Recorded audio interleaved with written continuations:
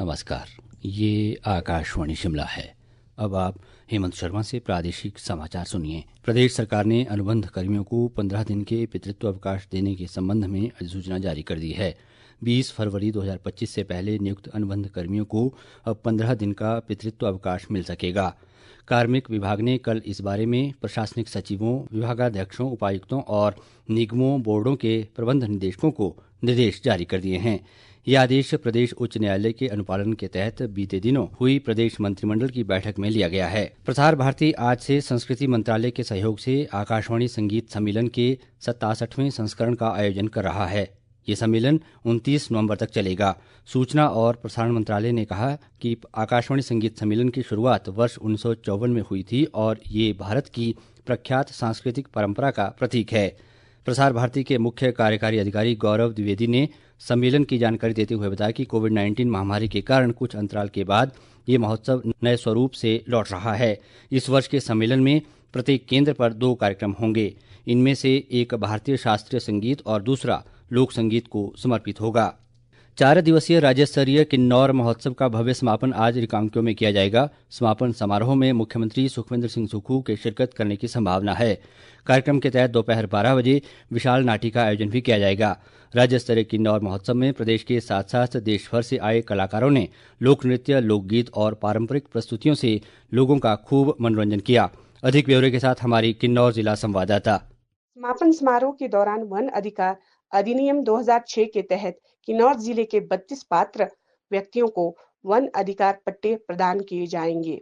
कार्यक्रम के तहत दोपहर 12 बजे विशाल नाटी का आयोजन भी किया जाएगा, जिसमें जिला के विभिन्न क्षेत्रों से आए कलाकार और स्थानीय लोग पारंपरिक परिधानों में सामूहिक नृत्य प्रस्तुत करेंगे। यह आयोजन किन्नौरी लोक संस्कृति की सुंदर झलक प्रस्तुत करेगी। 4 दिवसीय राज्य स्तरीय किन्नौर महोत्सव में प्रदेश के साथ साथ देश भर से आए कलाकारों ने लोक नृत्य, लोकगीत और पारंपरिक प्रस्तुति से लोगों का मन मोह लिया।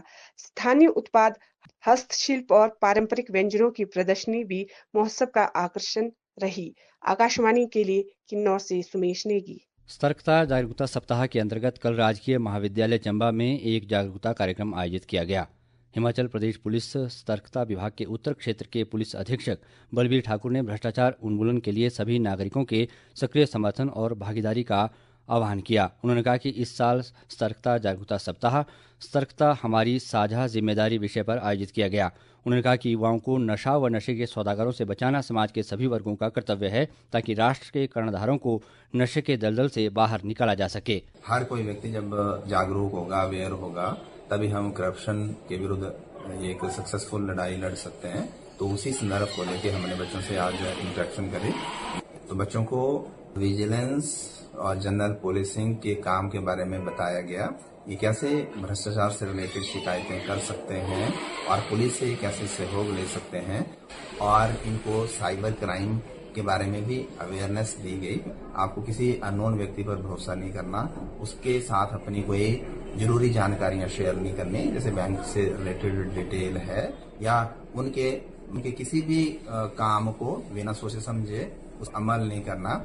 सतर्कता बरतेंगे, सब लोग अवेयर रहेंगे, तभी हम किसी भी अपराध से अपने आप को बचा सकते हैं। और अब सुर्खियां समाचार पत्रों से। आज समाचार पत्रों ने अलग अलग खबरों को प्रमुखता दी है। दैनिक जागरण का शीर्षक है, चिट्टे का होगा समूल नाच, प्रदेश में 3 माह तक चलेगा अभियान। दैनिक भास्कर के शब्द हैं, नशे के खिलाफ राज्य सरकार का बड़ा प्रहार, पंचायत स्तर तक निकालेंगे एंटी चिट्टा रैली। अमर उजाला की सुर्खी है, मेयर डिप्टी मेयर का कार्यकाल बढ़ाने को अध्यादेश लाई सरकार, राजभवन की मंजूरी। पेंशन को काउंट होगी दिहाड़ीदारी। सुक्खू सरकार ने 15 मई 2003 के बाद रेगुलर हुए क्लास 4 को दिया बड़ा तोहफा। दिव्य हिमाचल की एक खबर है। मौसम पर पंजाब केसरी लिखता है, 4 और 5 नवंबर को बारिश व बर्फबारी के आसार। इसी के साथ ये समाचार बुलेटिन समाप्त हुआ। हमारा अगला बुलेटिन आप सुन सकते हैं सुबह 11 बजे। नमस्कार।